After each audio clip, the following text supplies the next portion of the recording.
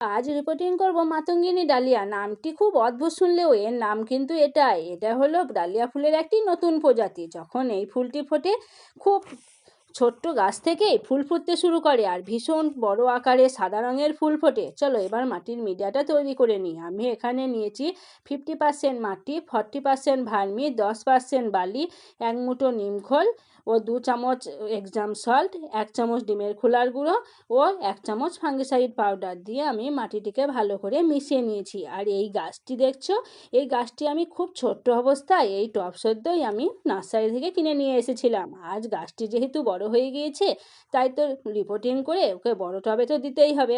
আর যখন আমি রিপোর্টিং করি তখন আমি গাছটিকে উল্টে টবটির মাথায় 2বার ঘা মেরে এইভাবেই রিপোর্টিং করি।